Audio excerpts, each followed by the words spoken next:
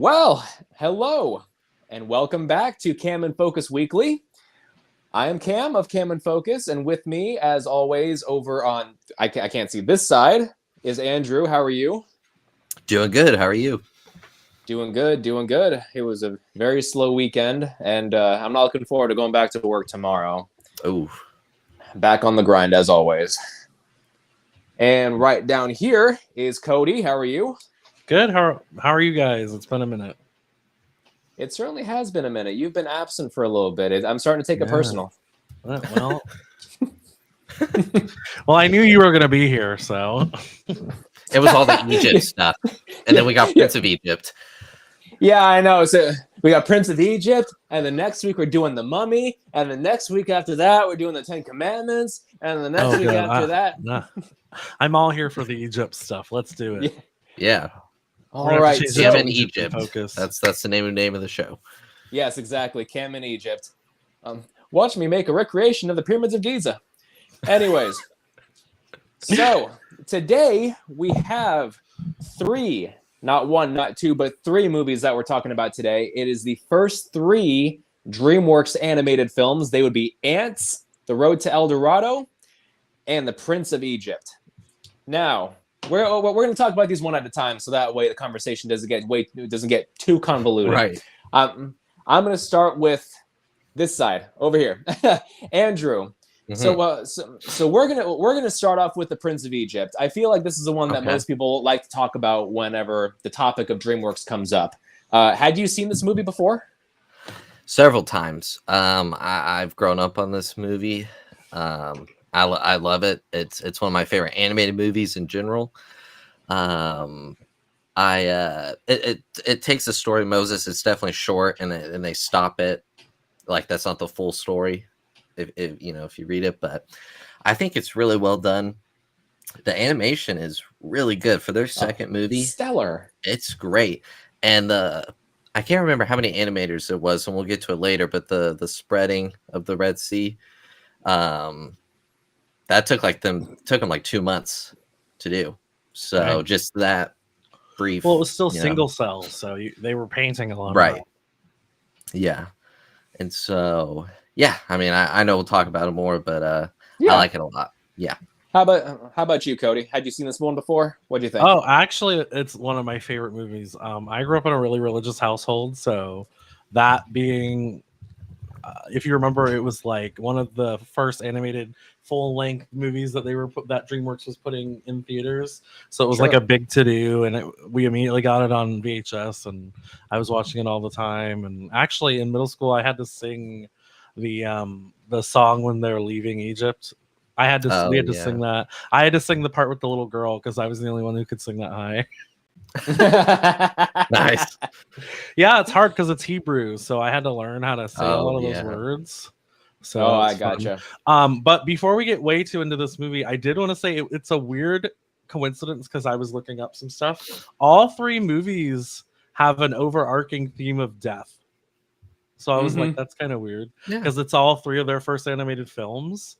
So I don't know if they did that on purpose, but DreamWorks at the time was one of Disney's biggest competitors, and so their first few movies, I feel like they really wanted to tackle some heavier themes to kind of, put them on par with Disney, because at the time this was during the Disney Renaissance of the 90s. I mean, we had The Lion King, we had Mulan, we had Aladdin, The Little Mermaid, all these films that on their surface are definitely very, child friendly, family friendly, etc., but tackle some pretty heavy subjects. Yeah, absolutely. And I think that what you said with DreamWorks being their main competitor, because a lot of people feel like the late 80s, early 90s was kind of like a golden age of animation, because we didn't just have Disney. Absolutely. We had DreamWorks, we had all these other studios. Obviously, now I can't think of any of them, but even Studio Ghibli a little bit. I would in there. Oh, yeah. Absolutely. I mean, that was right when they started going international. Mm-hmm. Yeah, Ghibli, Warner Brothers Animation. You had some animation studios that tried to break into the industry but ended up flopping. Blue Sky with Ice Age. Blue Sky. very briefly, we had Square Animation. If you guys don't know, Square or Square Enix are the people that developed, Final Fantasy and all these other major, single-player RPGs. And they tried to break into the industry with Final Fantasy: The Spirits Within. Not a bad film, by any means, but completely flopped at the box office. If I remember correctly, I don't think it made back its budget, but it's since gained a cult following. But that movie is largely blamed for the downfall and subsequent bankruptcy. Well, not bankruptcy, but closing down of Square Animation. So, wow. And that movie came out, I think, in 2000. I think it was 2000. Okay. I don't Before remember my exactly. time. Is that still a studio or no? Square Animation? No, it's not. Oh, that's crazy. I wonder if they're the ones who did Advent Children, because that's literally the only thing I know Square Enix did. I'm actually not sure. I do know that movie was originally supposed to have been just like one long cutscene for a Final Fantasy VII game, but then they decided, you know what? Screw it. We're in too deep now. Let's just make a full movie out of it, and they did. So, wow.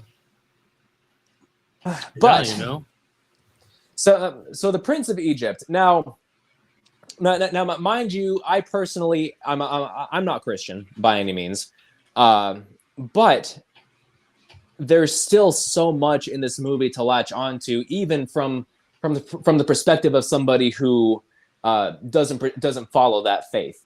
I mean, it tackles themes of family, of loss, of prejudice. There's so much wrapped into this package, and mind you, this movie blows by in a blink. I mean, it starts and then it's over. Yeah, but if you want the extended edition, watch the 10 Commandments. Oh, God. Well, yeah, you are certainly not wrong there. But they really had a lot to pack into this hour and 30-minute movie, and for the most part, I think that what they put together is exceptional. The animation is beautiful. The story is really well told. The voice acting is outstanding. I mean, you have Val Kilmer as Moses and Ray Fiennes as Ramesses. I mean, and now, mind you, Ray Fiennes is one of my favorite actors. I love the man. And hearing his voice coming out of this character was, I don't know, it just felt right.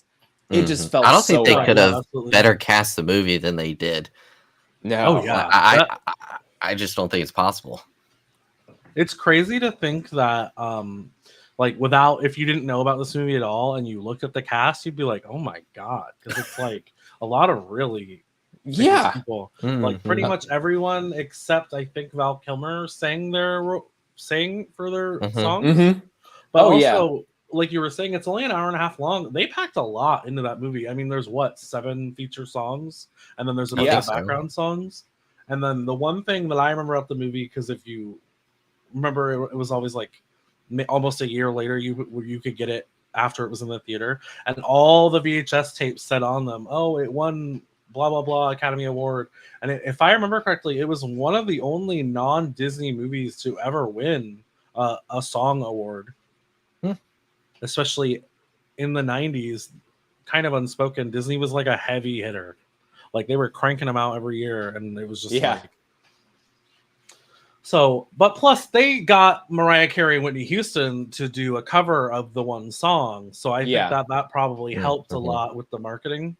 Got the star power in there. You put them in there, and already there was so much star power. Like even the priests, that's Martin Short and Steve Martin. Yeah. So they were great as the musicians. Like their voices seemed so out of place. Yeah. And their song, when you're listening to it, seems really out of place too. But for some reason, they make it work. I don't know how they managed to do that. When they work together, they always do a great job. And Martin Short You're actually playing with the really big boys now. If I remember correctly, I think that's still on my iTunes. Oh, you gotta jam that every now and then. You're on a road trip and you're driving a huge pickup truck and you just blast that. You're playing with the big boys now. Absolutely. You want to go, bro? You're playing with the big boys now. Yes. The only character in there that I think felt really out of place, like really just, I'm not quite sure what they wanted to do with her. Yeah, I do. I don't Was- even know if you can see it. I still have it on there. Oh yeah. Wow. The one character I take issue with is Zipporah, played by Michelle Pfeiffer. Uh-huh. Now Michelle Pfeiffer, I mean, the woman is fantastic. I mean, she's great in almost everything she's in. But Catwoman. Ugh. yeah, see, my brain is so bad. You said Catwoman, and the first thing I thought of was the Halle Berry version. I was like, Oh gosh. I would never go that far. Yeah, the But Catwoman movies have been rough. But yeah, anyway. What was your problem with her playing Zipporah? It's not a problem with her playing the character. It's a problem with the character because she's there and she has nothing to do in the movie. Like, that's she- because in the original story she's like a prostitute, so they had to change her story like a lot. Yeah, and that's totally understandable. But the thing is, she's in there and she has this really like, you know, impression making first scene. And then she is just completely just flat for the rest of the movie. I know, really. And then like halfway through the one song, she's like, "I love you now, and we're married." That did seem like a weird. I feel like there's a song they cut out of the movie. Yeah, well, and they're having to kind of just show like the highlights of the story. Like even though there's a lot in the movie, there's a lot of like you don't even realize it, but time jumps. Like with how Lots long of Moses. montages. I think there's like 3 montages in the movie. Yes. Yep. And yes, and like Moses is with them for a while before they get like married and stuff. I mean, you see with like his hair, but that's probably one of the reasons why her character feels a little just that's why random. I think that they for brevity's sake they probably combined into like a what'd you just say like the highlights. Sure. And us as the viewers, we knew that because his beard was growing and he was aging. And then she, you know, and then doesn't she also have a kid? Yeah. So I think it's just, because I do understand what you mean. I wasn't even thinking about that, but yeah, it almost feels like they leave. They have that whole scene, introduces the sisters, and then it was like montage. We're gonna sing once, now montage. We're a family now, which is fun and all because it is a family movie, but if only were that easy. Just a little. Yeah. They set up so much for like the Egypt side of it, and then it was like. The second half was like we're gonna just rush through this real quick. Yeah, exactly. And like the first, and you're exactly right. The first half of the movie is so well paced and so well put together. And then after he leaves, it's like okay, we have X amount of time left. We got to do this and this and this and this and this. And it's like wait a minute, slow down. Let's have some character here. I would have loved if in the special features we could have seen their storyboarding. Oh yeah. I tried to find the special features online and I only found the musical ones. But the storyboarding would have been interesting because I feel like there's a whole section that got cut out because that happens a lot with these. Because when it comes to like cost of animation and their time restraints, because they essentially have to keep it under 120. So if it's under 120 minutes, we're good. We get one big song in, we make at least 3 times budget. And then, if it came out now, this would easily be like 2.5 hours, I'm sure. Oh, 100%. I mean, so it would definitely, they would have more breathing room because there is a ton of story there that they even completely left out just because you have to. I mean, you can only do so much. Well, on top of that, the 90s was in this weird spot because was this before or after Passion of the Christ? I think this was before. Passion of the Christ. I think we was were like in 2002. this weird sort of like, oh well, we didn't want to put that on TV because there were a few Christian-oriented channels, but they were like, we're gonna do this movie. We really want to do it, and then they steered away from the religious-y part of it, other than like God playing the Deus Ex Machina character and coming in and being like, oh, magic. So, but other than that, I remember it was like a huge deal, and then it wasn't because they were like, oh, it's a great movie. No one cares now. But it did obviously have religious overtones because it's a story from the Bible. Well, but, even like, sorry. No, you're good. That was pretty much it. I mean, even like the plagues, like they don't even tell you what the plagues are. They just show you and it's a montage. But that's a whole, like that takes place over that was horrific. Pretty good period of time. Yes. Yeah. Like that, like they really went there in the movie. But it was comical at the same time, because if you had it muted and you were watching it, you'd be like, "Oh my god, this is horrible." But listening, you're like, "This song is slamming, dude." And then, but like, as all these people are dying, you're like, I mean, it shows people like screaming in agony and like fireballs raining down on people. I'm just like, oh my god, this is wild. Like that, this is a rated G family movie. Right. Yeah, oh, well, technically, I guess there was no on-screen deaths, right? I don't remember any. No, they did depict. So. They depicted people dying. Yeah. But the only time you saw a dead body was when you saw Ramesses' son. Oh well, yeah. And because it is PG, you can show it once. You just can't show anyone physically being murdered, killed. Yeah. Maimed. That's why in the beginning there's that big wall, because they had to explain that for backstory, but they couldn't show any of it. So they had to be like, well, we're doing it this way because it's considered like a caricature or something. There's like all these like workarounds. Like that's why in the UK they use puppets, because they can't depict like anyone in government on TV in a funny way because it's against their law, I guess. But it's like the same kind of thing. And I didn't know that until I was researching it and then rewatched it today. I was like, oh, I didn't know that. I didn't even think about that because, I'm in my 30s. Death doesn't bother me. But when you're a kid, it's like, Mommy, why are they hanging out with the alligators? But the why way does his they arm did it, though, get chewed off? Yeah. The way they did it, though, by showing that backstory through the hieroglyphics on the walls, that was so well done. That was such an innovative way to portray something so grisly. Absolutely. I think that if they did traditional animation for that, I would 100% believe it, because there's no way. The graphics for that part were so beautifully done. Like you could see where it looked like someone was like etching in the hieroglyphics. And the dad, who does play their dad? I didn't even. Patrick Stewart. Patrick freaking Stewart. I thought he sounded familiar. Okay, yeah. But one weak link can break the chain of a mighty dynasty. Yeah, he did a great job. I think that because he had kind of a slight caricature accent, I couldn't tell it was him. Because to me, he didn't sound like Patrick Stewart at all. Yeah, yeah. But I think as he gets older, he gets more himself. If that makes any sense. The whole family dynamic, between not just between Moses, Ramesses, and Seti, the pharaoh, but like specifically between Moses and Ramesses, their dialogue and interplay was so well done. Like the writers and the voice actors also do such a great job of making us really believe that they're brothers, that they're close, that there's such a strong shared history between them. That's why we as the viewers, we felt it when it was like, oh, he feels betrayed, instead of just making Ramesses feel like just a flat villain.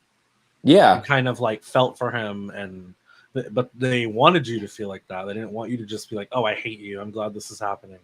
Yeah, they set it up so well at the beginning. With Ramesses feeling like he has this family legacy he has to carry on, and he gets insulted by his father. He feels like he has something to prove, and he willingly takes on all this responsibility. And then this man who he, loved more than anything in the world and cherished and thought nothing but the best of comes in and tries to derail that. I mean, there's so much inner conflict there. And now, granted, like I said, it does blow by in a flash. You don't really have a whole lot of time to let it sit in. But the time that you do have is used so effectively. Agreed. Outside of like towards the end, between when he leaves and when he comes back and the plague song starts, that's to me the only like kind of sour note, because it just feels a little rushed. But there was like so much, like what Andrew was saying earlier, there's so much that they had to squeeze into one montage. If you're thinking about it, it was like he left, he moved in with them, these people are obviously traveling because it shows the tents and the different locations and the shepherds and the kids, and now he's older. So like we don't see Egypt pretty much at all. So it could have been 10, 20, 30 years. And then we're back. So that they kind of capped it well, because those last couple songs were like really good. I was like, we're back. But I no, I don't like that one. I want to say middle, but it's more towards the end, whatever you would call that. I didn't know Hans Zimmer did. I can't tell you how many times I've seen this movie. I didn't know Hans Zimmer did the score until this watch. Hans Zimmer is a god. When I was watching it, I was like, this kind of feels like Hans Zimmer. Like I'm getting that feel. And then when the credits rolled, I was like, oh, okay, makes sense. Yeah, he definitely has like signature things he does. Mm-hmm. You know, what was it? He did Frozen Planet or Frozen Planet 2, one of them. And I was watching it and I was like, what's this remind me of? And it was the score for the beginning of Prince of Egypt. And I was like, But it was like a huge rabbit hole I had to go down to figure it out. Because yeah, he's amazing. I also think that for Hans Zimmer, because you know his stuff's kind of more dark, like Hannibal, Da Vinci Code, Frozen Planet. Sure. This is a lot lighter for him. Mm-hmm. Well, I say that because he's obviously worked on other animated films as well. Yeah. But it's I think that the choice for him to do the scoring for this was excellent. I wouldn't have picked anyone else. The score is one of the best things about the movie. Like, it leaves such a lasting impression. I mean, it's so dramatic and so epic. Mm-hmm. How did they get him? Like, what? How did they convince him? Because if you remember, he had just done Lion King for Disney. Yeah. So how did he get them out of Disney's clutches? Was 100% is what I want to know. Legally, they cannot say. I can add a whole bunch of zeros to this check. Yeah. Maybe after you do the score, we'll let you know where your daughter is. Right.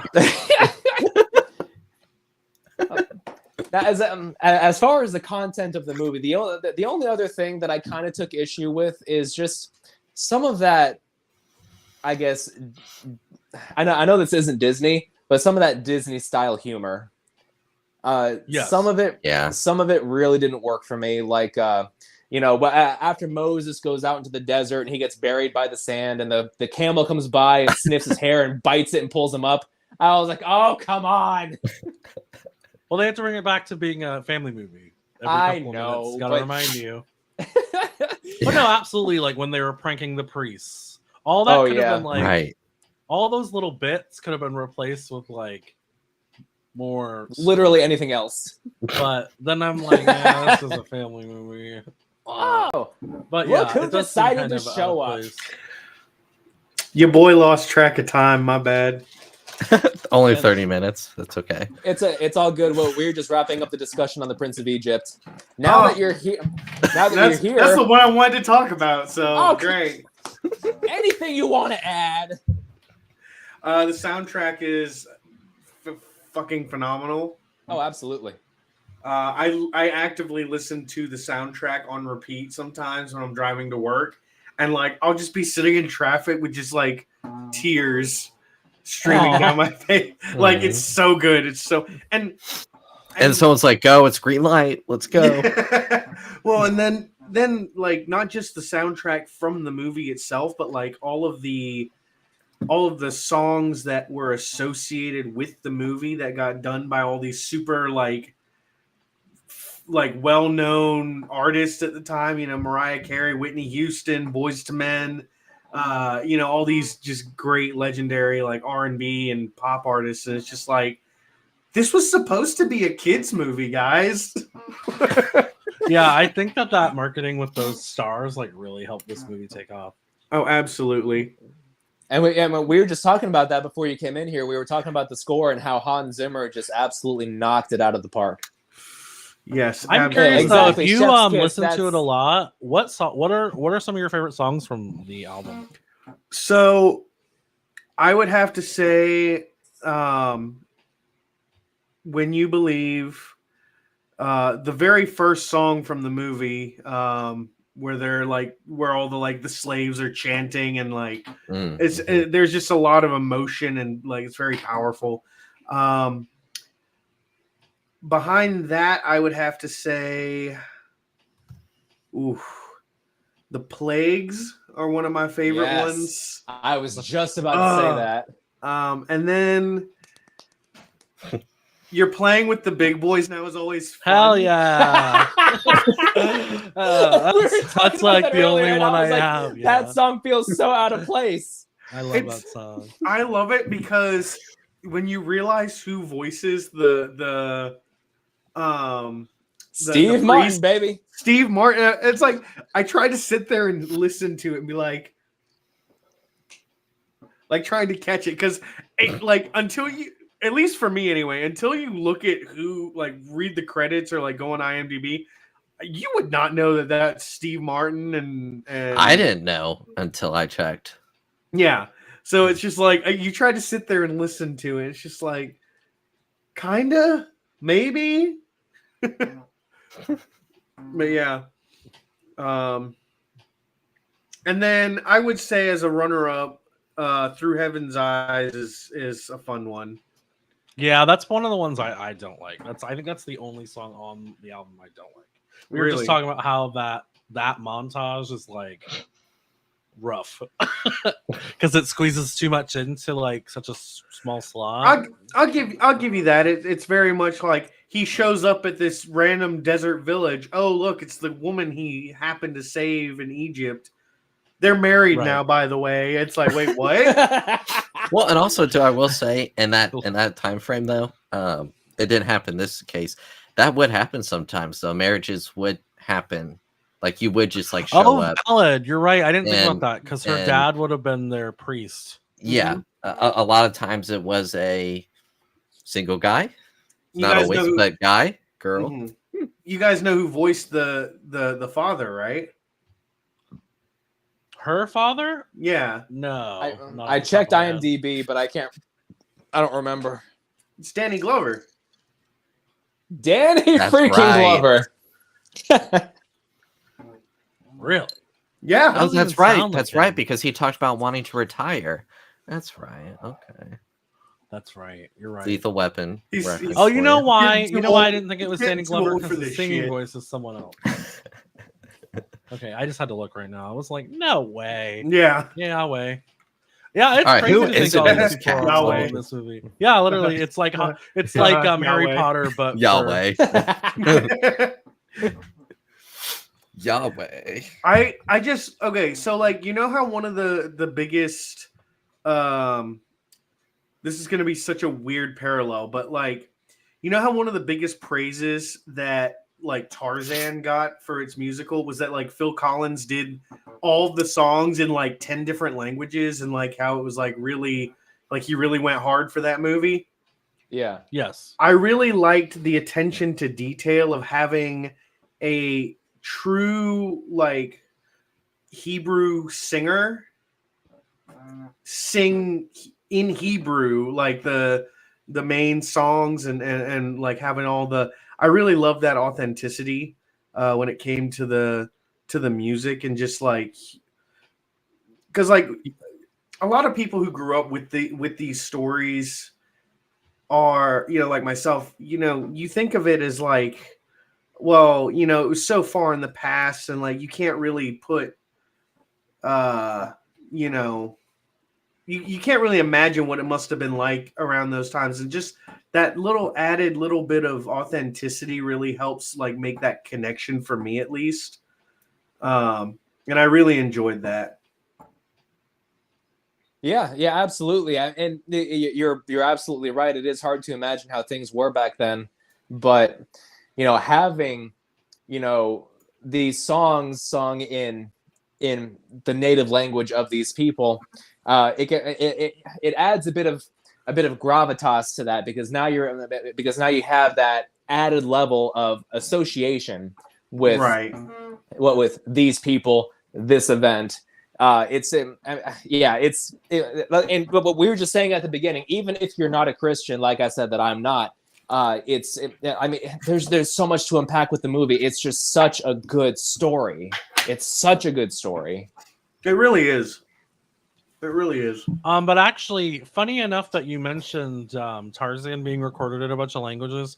The first song, which has scoring throughout the beginning and in the middle, which is "Deliver Us," the singer who is Moses's mom and lets him go into the river, she actually sang that song in the original Hebrew and like 20 other languages. I think it's all her. Oh, I did even not in the dubs. They're all her. I did not Wow. know that. So that was That's really impressive. cool. Yeah. I only remember that because like I was saying before you were here, I had to sing the girls part in When You Believe because I was the only one who could sing that high. So I had to learn the Hebrew because the whole part of it, other than like I think like maybe 8 words, is Hebrew. So pronouncing a lot of that and singing was difficult. I was like, Oh, yeah. And go. couldn't tell you. I can start screaming though. It's pretty close. It's really high pitched. Like when she showed me it on the sheet paper and the notes were like above the lines, I was like, Oh, gosh. how high is that? Right, Yeah. Am I gonna have to sit with like my legs extra crossed for this to hit those notes? Yeah, I was gonna get the helium ready. Is that a C3? What? Yeah, it was up there. It's like Family Guy. Can you meet me up here? All right. So, Prince of Egypt, great movie. Next, let's You don't talk want a our bit about- scores? Sure. Andrew, what's your score for the movie? 10 out of 10. What can I say? Cody? I would say like a solid 8.5, maybe a 9. All right. And how about you, Michael? I'm a bit biased. This is one of my favorite animated movies of all time, so I'm going to have to give it a 12 out of 10. Oh, you beat me. 150 out of 10. There you go. I'm Infinity out of 10. I'm gonna give it an 8 out of 10 too. Just because it's been kind of the common consensus that middle part where after Moses leaves and he's in with the village is kind of a rough area. And the character of Zipporah feels super flat. She doesn't really do a whole lot in the movie. She's I just there use as my the love magic interest. on you. I will say, even as a child, there was like, I don't know if I imagined it, but like there seemed to be like near the end of the movie, there seemed to be tension between Zipporah and Miriam for no reason. And like, I picked up you're on right. that. Yeah, because they kind of have that moment when they're singing that they like resolved it. But Right, it's almost resolving- right. It's almost like at the beginning of that song, they're trying to sing over each other, and then they just kind of come together at the end of the song. But it was just like, even I remember thinking as a child, like that was weird, right? Right. Yeah. I can Yeah, have you're right. I'm extended bringing my cut. score down to 8. Unresolved tension for what? All right. Listen, there can be miracles if you believe. Okay. Oh, we lost Cam. We can't hear him. He can't hear us. We can say whatever we want. Yeah. What? Did you mute yourself? He took his earbuds out. Yeah, you got a little X on your bars. That's why I'm. All right. Cody's the host. Okay, so we're gonna just continue talking about the Prince of Egypt, Yes. and it's definitely not because I forgot the other 2 movies. Well, there's Antz and Road to El Dorado. Antz and Road to El Okay. Dorado.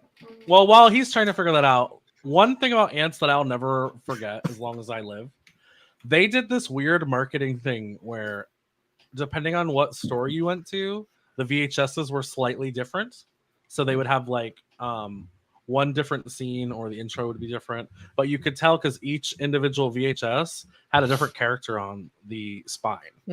So my grandma made it her life's mission to like get them all, and we only ever found like 5 of them. And to this day, I still don't remember what was different of them. I just remember that the spines were different of the container, and that's it. Interesting. Yeah. If I Still remember, can't hear you, Cam. if I remember correctly, I believe that Antz was like, I believe, wasn't Antz like a spite project? Like somebody was working at Disney or Pixar, and they were working on A Bug's Life, Right. and they got mad for some reason and left, and then went to work for DreamWorks since they did Antz.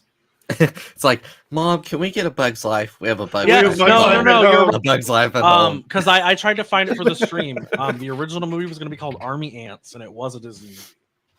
But they did not want to do what Jeffrey, whatever his name is. So he was like, bet, and left. And he was like, I'm just going to do what I want. That's why it took so much longer for them to get Bug's Life out, because they had to fully change the story. And if you're watching the beginning of Bug's Life, remember his little visor and everything is more like military feel. Yeah. It was because they had to change his. They had already paid for the animation, so they were like, crap. They were like, well, what do we do with this now? Yeah. But I think Antz was more successful because didn't Steven Spielberg kind of go with him too? He was like, this sounds great.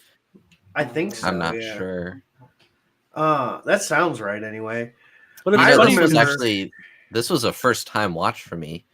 Actually, Really? of the three, Antz it's funny because I felt like I had seen it before, but then when I was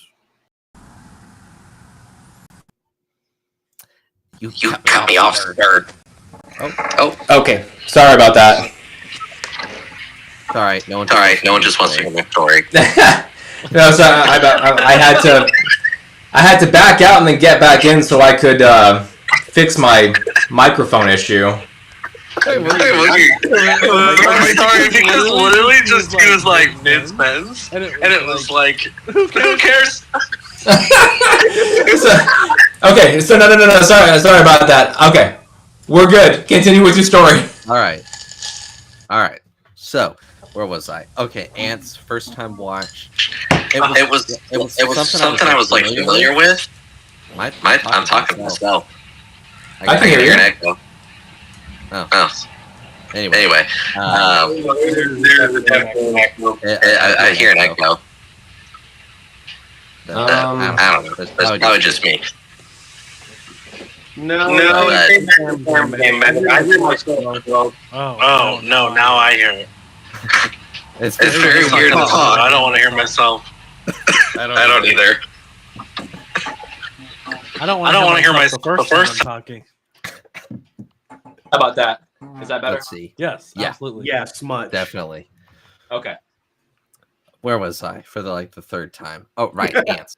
First your first watch. First watch. Okay. But it felt familiar because I had heard of it and I knew the gist of the story, but I had just never seen it all the way. Probably my least favorite of the three, only because I've seen it once and I've seen the other two countless times. So yeah, that's kind of my initial thoughts on it. All right. How about you, Michael? Have you seen Antz before? Oh yeah, Antz was another one of those that I grew up watching. I remember as a kid how funny it was that there was an animated movie where they were allowed to say crap. Because to me, crap was such a that's such a naughty word. It's such a bad word. It's just this bug. He goes, "Hey, this tastes like crap." And he hands it to the fly eats it. He goes, "Hey, it is crap. Not bad." Yeah. It's just there was a lot of really wacky things going on in that movie that I really They got away with quite a bit. They did. They did get away with quite a bit. There was a lot of cursing in that movie. I think someone said shit at one point too. I don't know about shit. I know he says damn. Yeah. What was the movie? PG Sylvester Stallone says, "What are you bitching I think it's PG. It is PG. That's a lot of yeah. There's a lot of very adult themes in that movie. We watch a bug get impaled. Right. And but we see just the head. Person. Yeah, who cares? I know that at one point, the general finds out that Z survived. Yes. And he was like, "Damn good. He's like, he had to catch himself. That part was funny. Yeah. I almost choked on my teeth. That is funny. Just now, I mean, for a kids movie, again, this movie tackled some pretty hefty themes. It tackled classism, prejudice, war, Anxiety. yeah, you have a main character who is a bit of a neurotic. So yeah, I mean, there's really a lot going on there, and the Genocide. one of the scenes Yeah. that stands out to me the most, it's Genocide, kind of a really. blink and you miss it scene, but it's when the newborn ants are put on a table and they're like, worker, Yeah. soldier, they put on the helmet, worker, soldier, helmet. And they're literally like don't even have legs yet. They're like, Yeah. hey. Yeah, they're just little larvae. Maybe That think was of Boss funny. Baby, where it's like family, Yeah. worker, family, worker. I mean, they did come from the same studio. Yeah, that's Yeah. definitely a reference. to true. Ants. Yeah. That's funny. I didn't even know that because I don't remember Boss Baby. Yeah. I will never. My forget favorite the part about scene. Antz is that it full on started like a 3-company feud for like months leading up to when DreamWorks announced it was about to start working on Prince of Egypt, because this one came first. And this involved John Lasseter, Steve Jobs, and like 2 other people. And this is when Jobs still worked at Pixar. So it was like, Okay, that makes why? sense. And they all were fighting because of the one guy leaving and going to DreamWorks to start this movie, because he was project manager or one of the project leads for Bugs Life, which was called Army Ants at the time.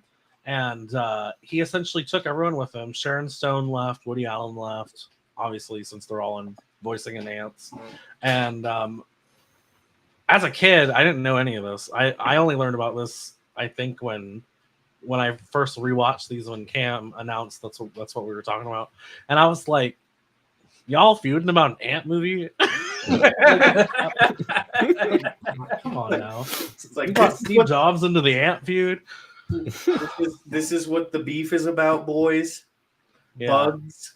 literally We got so beef funny. over bugs, boys. And I feel like, you remember the scene with the wasps and they were like hippies? Yeah. Yeah.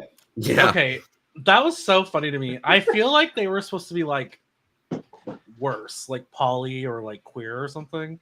And they were probably like going over that and they were like, we're going to make them hippies instead. Because it just I felt remember like they were they were less. supposed to. I'm sorry. To me, I never got hippie vibes from them. Looking back, even though I didn't know what this was as a kid, looking back now, I would have gotten more like singer vibes from them. Yes, I think that's what they were kind does of that mean? trying to highlight. Go ahead. I know you laugh at my hobbies, but this is important to me.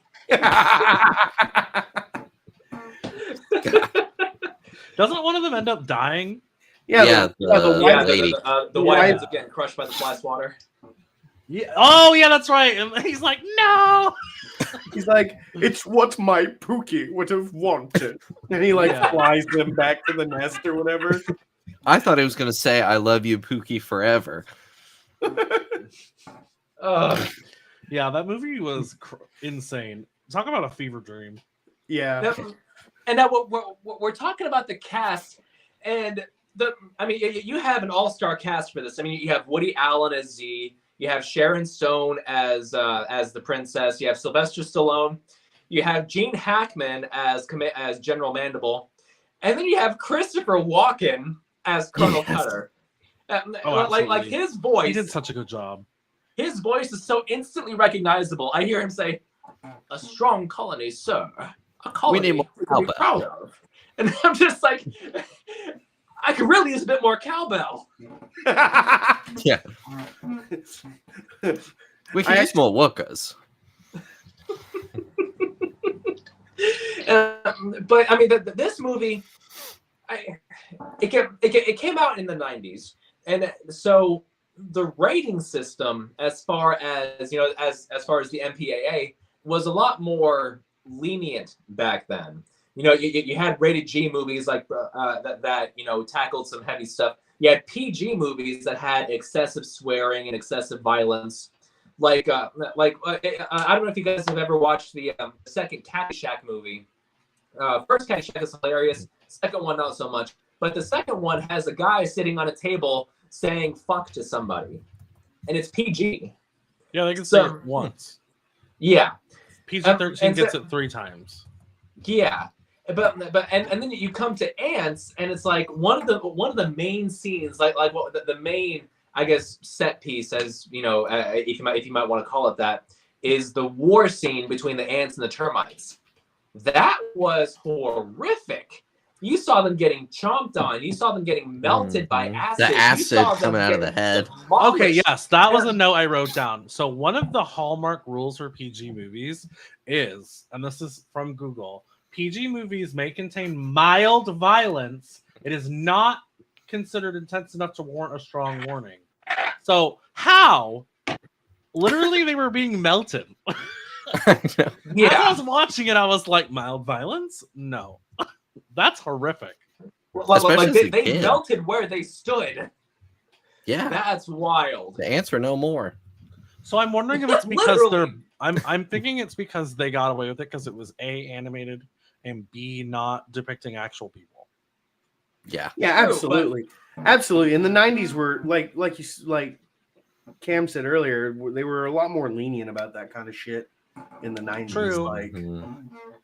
But one thing, if you notice, when it was ever anything like spooky, it would be like for a moment, and then they'd flap away. Because that was one thing they used to do in old kids' scary movies. Like Goosebumps was notorious for it. If it was something like considered like really horrific, it would immediately go to something else, or it would make like a joke to make it not so scary because they were like worried about the rating. Or the scene, you know, just after Z and the princess get out of the anthill, and those soldiers go out after them, and they get zapped by the magnifying glass. Yes. Holy shit! I'm 6 years old, and I see an ant get burnt to ashes. I'm like, ah! That was rough. What was it they called it? The death ray?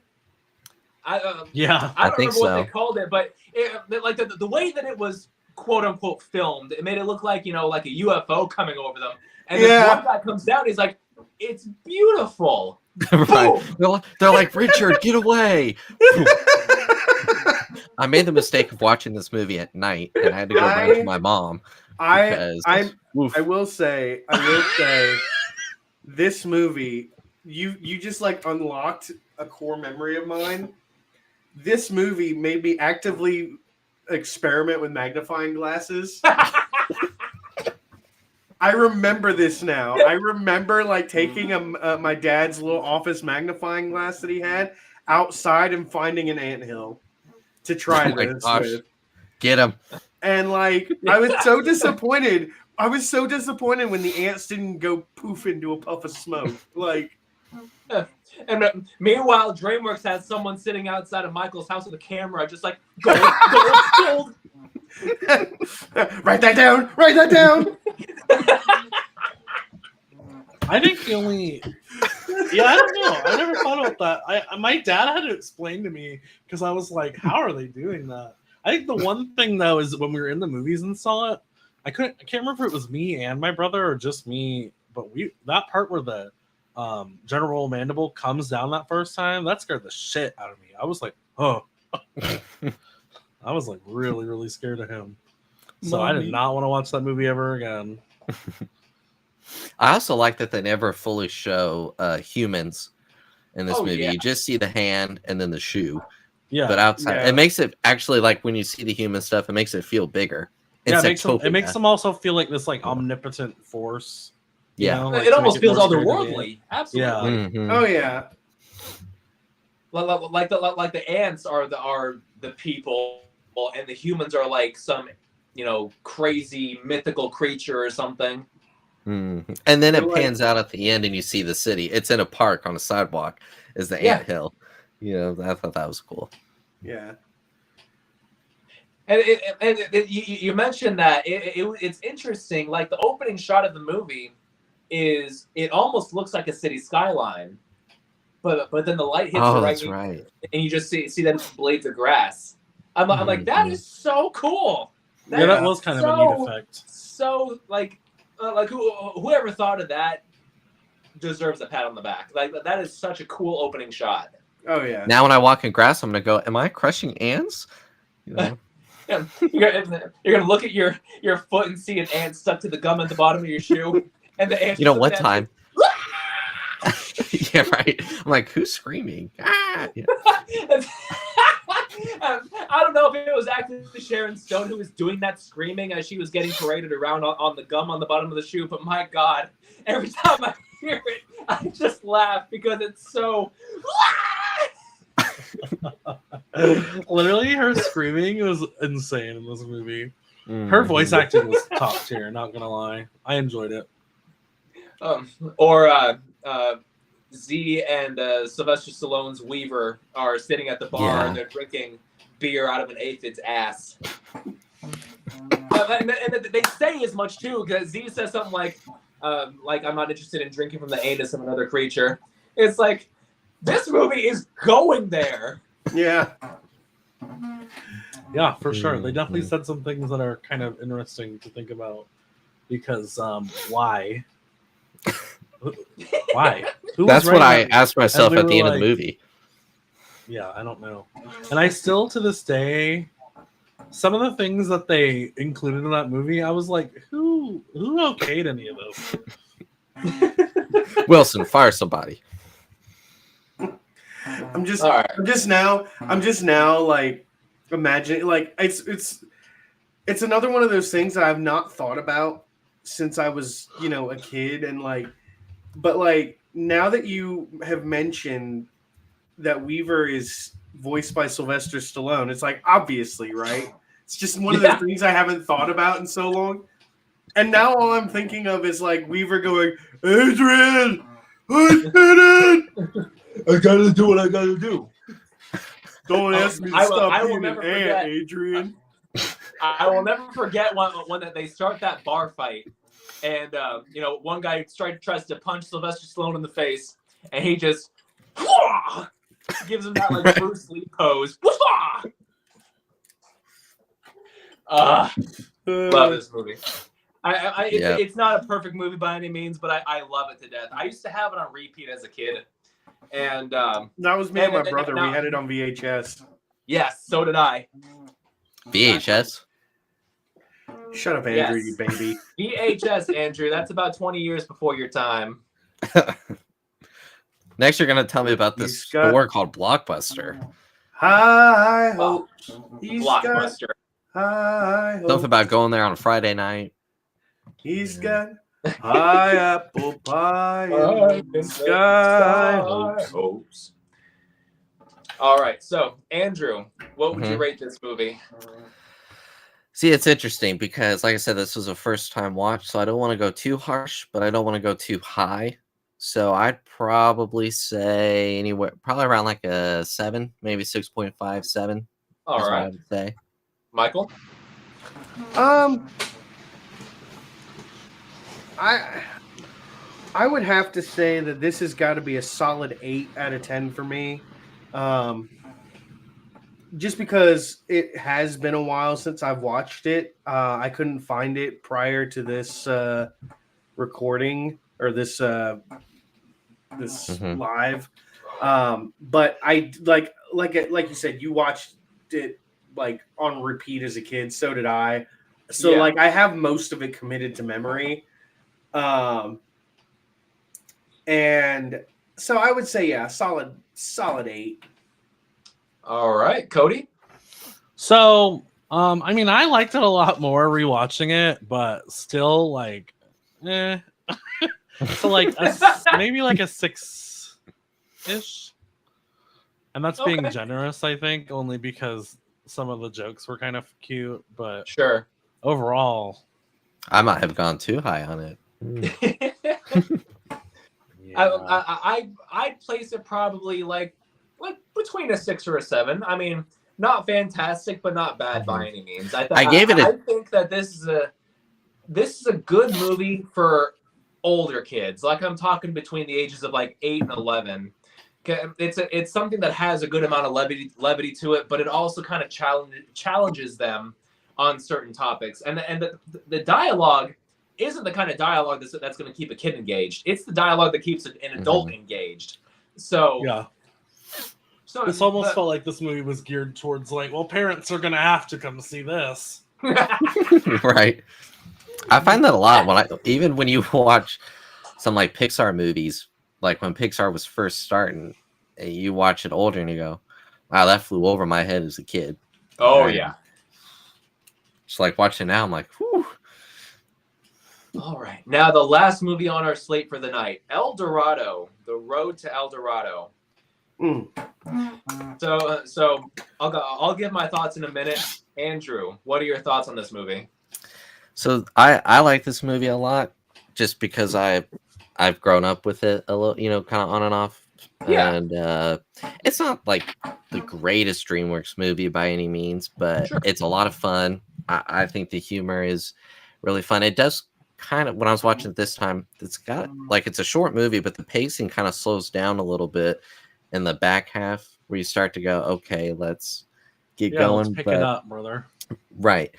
But I like all the voice acting and, I like it a lot. So, Michael? So my brother and I both loved this movie growing up. We used to pretend that we were Miguel and Tulio. And we would like have sticks and we would pretend sword fight. And we would just like quote the movie back and forth. You fight like my sister. My sister, I fought your sister. That's a compliment. It's so great. We would do that all the time. Like it was definitely, still to this day, one of our favorite movies to watch.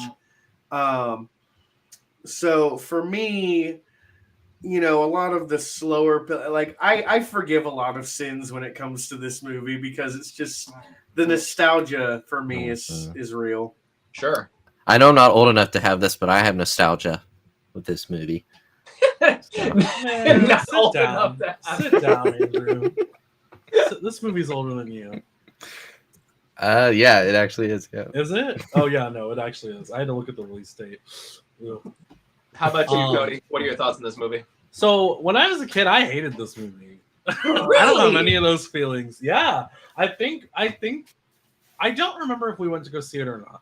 We were a big movie family, so probably. But Burn the heretic. Rewatching it now as an adult, oh no, I love Sacrifice this movie. him. No, I like the movie now. To As a kid, I was Xibalba. And one of the things that I thought was really funny, and I tried to find it, there was a game on the Game Boy for this, Mm-hmm. and I couldn't There find it. was. Yeah, I Oh, was trying to find God. it to talk about it. What's a I remember Game Boy? I remember it was really hard. It didn't have saving.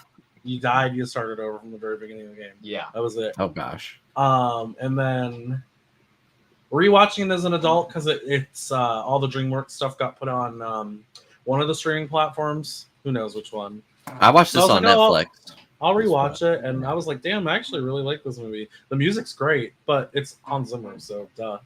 Yeah, Yeah. of course. So that was why Antz didn't get an 8 out of 10 for me because they didn't bring Hans Zimmer on the project. Damn it! What was he doing? Yeah, really. I want you on every DreamWorks movie. So that this was another one that I had on repeat as a kid. I had the VHS and I wore that thing out. And I enjoyed it so much. I enjoy it because it has such a lighthearted tone to it. Even during a lot of the more serious scenes, it is still very lighthearted, and it complements the two main characters very, very well. Miguel is voiced by my freaking nemesis Kenneth Branagh, who, if you don't know, directed the Artemis Fowl movie. and also plays Professor Lockhart. Yep. I love him. He's No, great. you don't. Yep. No, you don't. You don't. Stop lying to yourself. Actually, for the I don't like him. How about that? No, I certainly hate that he directed that movie, but I mean his other work is just fine. But he somehow, he's unrecognizable as Miguel. I don't know how, Yeah. but listening to it, you wouldn't know it's him. Not I didn't know There it was are him a until I few- checked. There are a few moments where I hear it, only because I like watching. The only other thing I know him from is Harry Potter. Yeah. Mhm. So I was just thinking, I was like, oh, that is the guy who plays Gilderoy Lockhart. It does not sound like him at all. No, it doesn't. There are a few moments where he'll be like, "Ha ha," and it's just like kind of, it clicks for like half a second, and you go, "Ah, yes." Well, it's just like Pharaoh from Prince of Egypt is voiced by Ray Fiennes. Yeah. Mm-hmm. Who is Voldemort. So it's like, one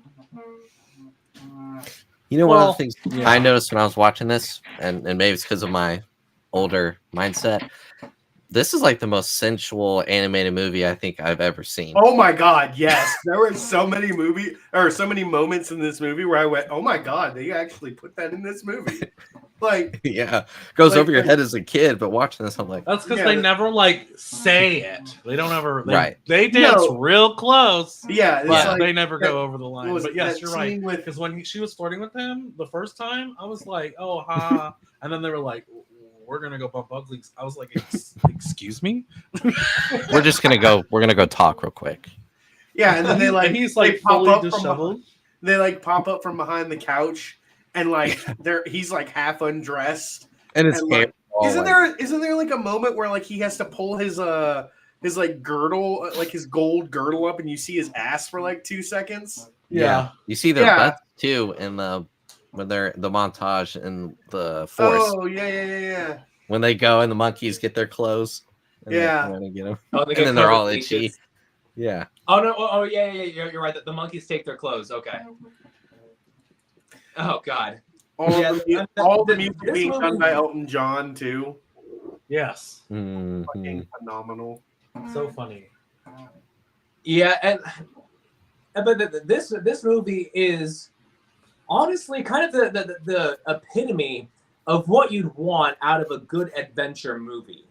Absolutely. Because you have your main characters. I mean that they're con artists, they're gamblers. I mean, they're kind of scumbags, but they don't have like a call to action like a typical hero's journey. They're forced into this, and it's by pure happenstance that they stumble upon this place.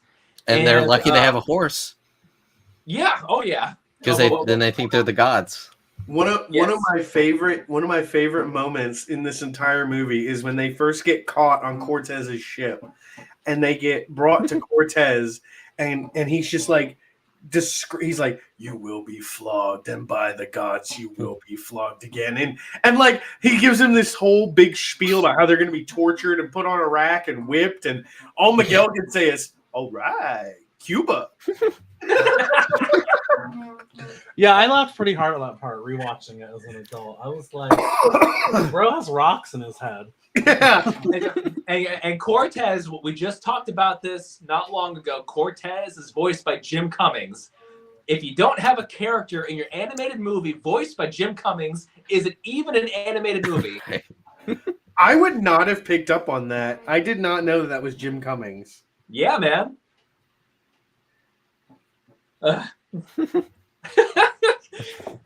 Yeah, of all the characters they could have had him play, he played a Spanish conquistador who was known for being a butcher. Yeah. Good God. So isn't Jim Cummings known for being like playing Winnie the Pooh? Yeah. I had to look that up. Yeah, I had to look that up for a second. I was just like, hold on. Also, it's weird that Jim Cummings was even a main character, well, kind of a main supporting cast, because he's usually background voices when he does stuff. So that is weird. Yeah, that is weird for him. I didn't even think about that. I guess I was thinking of Alan Cummings, and I was like, yeah, okay, he's kind of weird. Yeah, he finds stowaways on a ship, and he just goes, "Oh bother." I have a picture on my phone, on my Facebook, and it's from the Christopher Robin live action movie. It's like Winnie the Pooh's face has been pasted onto Darth Vader's helmet, and he's like it's like at the end of Revenge of the Sith. He's like, "Where is Piglet? Is he safe?" And Palpatine's like, "It seems that in your anger you killed him," and he just goes, "Bother."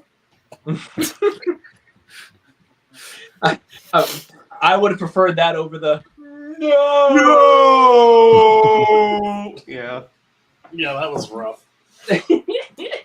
But Definitely my least favorite it was- Star Wars anything. It was like they took that scene from Toy Story 2 where Buzz finds out that Zurg is his father. Zurg, yeah. It's like they played off each other. So it's like, they were obviously making a riff at Empire. But then it's almost like Revenge of the Sith came back and made fun of Buzz Lightyear going, "No!" in the elevator. Well, I mean, They definitely ramped up the camp factor. yeah. Yeah. You can't have, a campy character death in a movie if the other characters don't go no. I mean, that's just it. It's an unwritten law. It's a contractual obligation. You have to have that. But you have. Speaking of campy, we had the guy who was playing the High Priest, Armand Asante. Jeez, every scene with him, I'm like, this is a real person voicing this. Oh, just so ridiculous. And he was just like so hungry for them to like banish and kill everyone. I was like, chill, bro. What did the village do to you? Yeah, you're already the high priest. What else do you need? I know what you are not, and you are not God. But I love the honestly, part he was where one of the most entertaining characters in the movie. I mean, Like- he was super expressive, just so like out there, and I loved every second he was on screen. Yeah, I was It's like trying the to look part up where who the. Oh, I'm sorry. Go ahead. No, you go ahead. I was trying to look. Well, what I was trying to say is I was trying to look up who was lead character design, because they definitely took a huge note of like classic Disney villains, and they were like, we're gonna do this like really campy, like, because it felt very like Jafar-esque the way his face would be like really overexpressive and long, and so I was just really appreciative of that because I just like a character that has depth and isn't just like I'm bad. Mm-hmm. Now, one of my main favorite things about this movie is the use of color. Like, this movie is so vibrant. I mean, you have the tans and the beiges of Spain when they're there, but then they're in the forest. You have these vibrant hues of green. Then they get to El Dorado, is these vibrant hues of gold, and then you hit the climax with the lava. And the lava is such a vibrant red. The color in this movie is off the charts. I think that was, and you're right. I didn't even think about that. Spain was really dull. Everything was real dull. Because if you remember that scene where they're getting out of the fight, Julio is like the only one wearing like a colorful shirt. Mm-hmm. And then when you turn the corner, pretty much everyone's in like beige and brown. So I think it was kind of like, oh, look, this is Mesoamerica, the promised land, and everything's like bright and great. And so, yeah, I don't know. That's weird. I wonder why they did it that way. Not that I'm not liking it, but it's maybe to cool. feel the contrast, like this is the city of gold. You really feel it because you're going from uncolorful. Yeah, I agree with you there. Because even the people in the background, the villagers, they were all in beautiful like purples and blues. And and also, do you remember if you remember, there's like that whole argument they have where it's like, what are we going back for? Like, we could live as gods here, and it's kind of like it's almost like they were setting up that contrast in between from the very beginning for that conflict to kind of be valid, because like you go back and look and it's just like, yeah, what the fuck are we going back there for? It's dull, it's ugly, it's gross. It's like, yeah, we could live like kings in Spain, or we could live as gods here where it's beautiful and vibrant, and it's just I feel like that was an intentional design decision. Yeah. But now let's talk about this for a second, because this is the main event that this movie hinges on, is when the people start to believe that Tulio and Miguel are gods. The reason that they believe they're gods, volcano. Let's not forget about them coming in on horseback and whatnot. They make a volcano unerupt. Yeah. So, have you heard the theory behind this? What's that? Have you heard the theory behind this? There is a theory. No. So the theory is that there is a god there, and it's the armadillo. Really? Wow. I've Think never about heard it. that before. Okay, so think about it. If you watch it again and pay attention to the armadillo, when the volcano unerupts, it's because the armadillo gets freaked out and balls up and like hides. During the game that they play with the ball or whatever, and they use the armadillo as the ball. Yeah. It's like there's no reason a normal armadillo should be able to defy the laws of physics the way that armadillo does. You know, so I get it. It's an animated movie, but still, it gives credence to the idea that the armadillo is the real god, and that he's like a trickster god, and he's just like he likes fucking around and like messing with people's heads and whatnot. Tulio, you'll hit. Yeah. I mean, Hips don't lie, classically in Aztec and what's the other one? Mayan? One of the other ones I can never remember. No, Inca? not Mayan. Yeah, Incan. Yeah, you guys are saying names. I'm never gonna remember it now. But anyway, there's another one. They have trickster gods, and they always classically are like shapeshifters and stuff. So that's kind of a cool fan theory because it would fit the area. Because it would have been like South Mexico, maybe, because it would have been the jungle. So that's kind of cool. I often will combine the lore of The Road to El Dorado and Pirates of the Caribbean. It's funny, they do feel really like in the same wheelhouse. At the very least, the very first Pirates of the Caribbean, because it's all about the Aztec gold that Cortez stole, like Cortez's Aztec gold. That's what the entire. Oh, that is Cortez's gold. That's funny. You're right. Yeah. Yeah. So the whole it's. I like to think that the gold that they got that Tulio and Miguel got away with, Cortez found it, and that becomes the cursed gold from Pirates of the Caribbean or That's something. true. I don't know. Because they didn't really ever say where it from. Oh, the Potomacs. That's who I was thinking of. Yeah, because they were.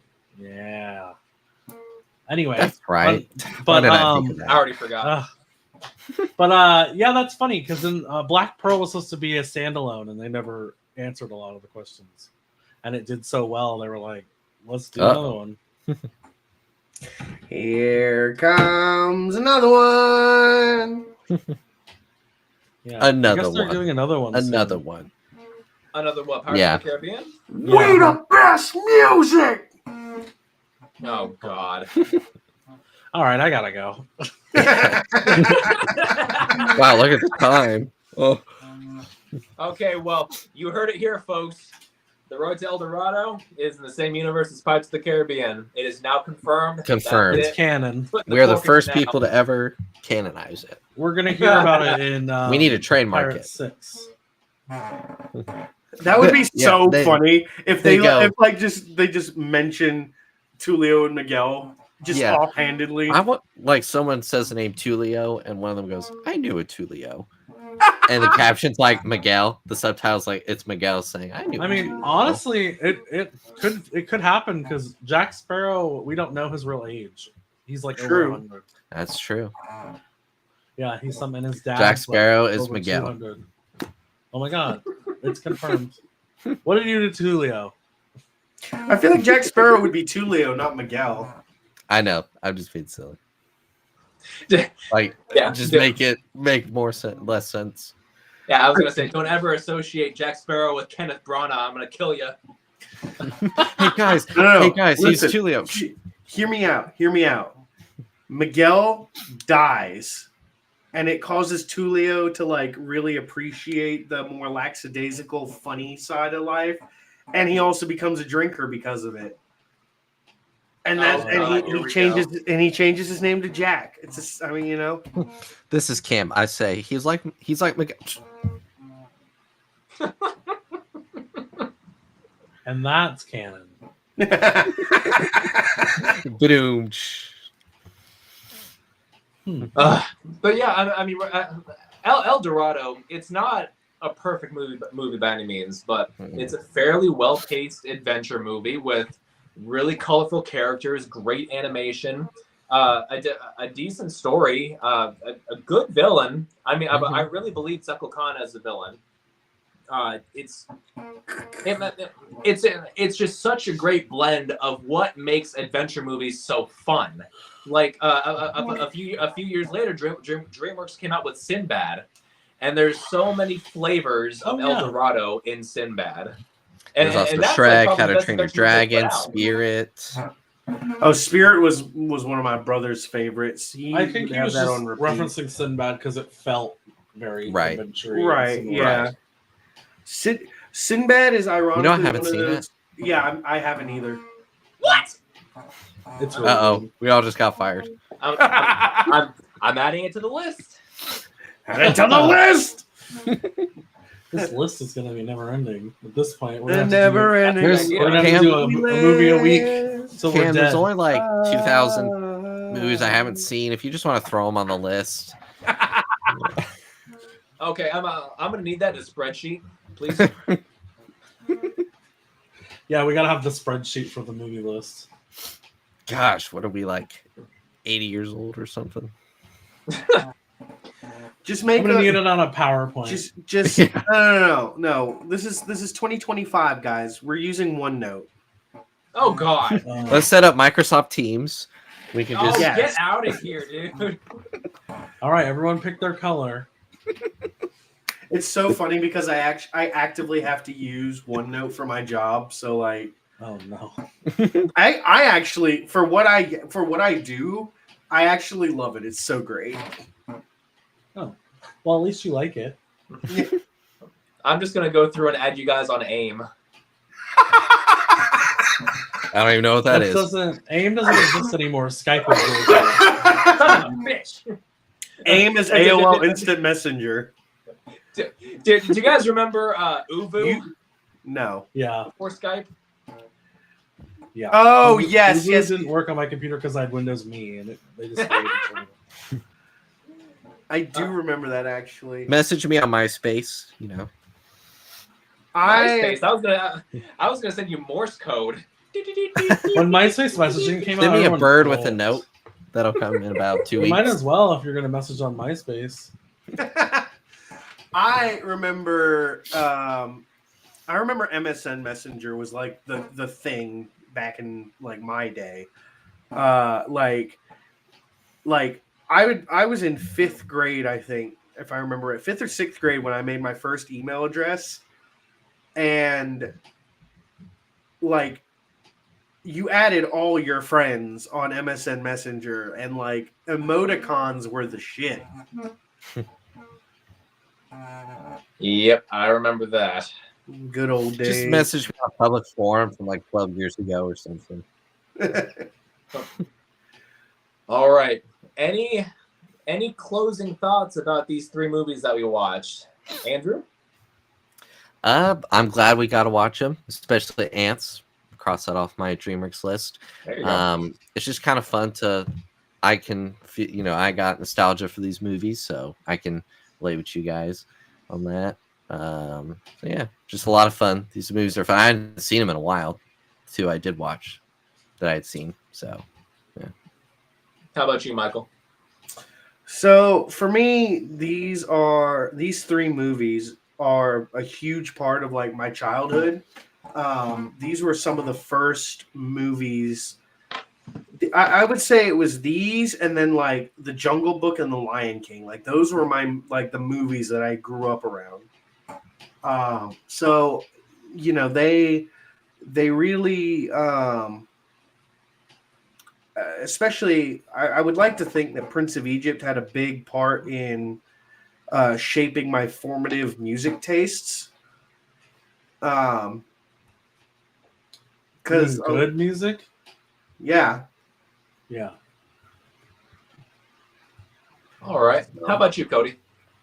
I mean, I kind of share the sentiment with Michael. Like, I have fond memories of these movies. Not so much Antz, but the other 2, And I'm just down to clown. I love movies, so putting these on, it's like comforting. And rewatching El Dorado and like enjoying it from an adult standpoint, I was like, I'm like, damn, this movie was really good actually. So like, I would have scored it a lot higher now than like as a kid, because as a kid, I think the plot is a lot more highbrow than for a child, because you're just there for like the fun scenes, like the whatever the basketball game was called. I can't think of it. But now I'm like, damn, because it's like heavy themes, like wrapped up in a really lighthearted way. Yeah. And the same kind of with not Antz. That was not in a lighthearted way. I was gonna say in the other two, but like I said at the beginning, an overarching theme in all three of these is death. Like it's he was obsessed with them being gods of death. Antz, a lot of death. The ending of Prince of Egypt, a lot of death. So it's like these were important messages for children to learn, and your parents are supposed to hold your hand through a lot of it, but sometimes a parent doesn't really know how to talk about death with their kid or anxiety or any of these other things. So I think that these were really important movies for animated history. Absolutely. And DreamWorks did a good ass job. Yes. Absolutely. All right. Well, I'd say that about wraps it up for this episode of Cam and Focus Weekly. Thank you guys very, very much for joining me. It was a lot of fun talking to you about it. Next week, we're continuing with the Egyptian theme here. Next week, we're doing The Mummy with Brendan Fraser. Oh yeah. Oh, Haven't seen it, but it's always been on my watch You list. haven't seen it? It's You one of those haven't. movies that's always been on my watch list, and I just haven't gotten to you it. haven't seen the 1999 cinematic masterpiece, Oh, The Mummy, God, Well, featuring Brendan Andrew, Fraser and Do you- Rachel killing Weisz? Future me has, in a few days, I have. That But counts for When anything. they made that movie, they were like, everyone's got to be hot. I've heard the Rachel sequels are Weisz. rough Oh. though, They are. The second one's pretty good, but the rest of them are but and we get Scorpion King with that horrible CGI. Ugh.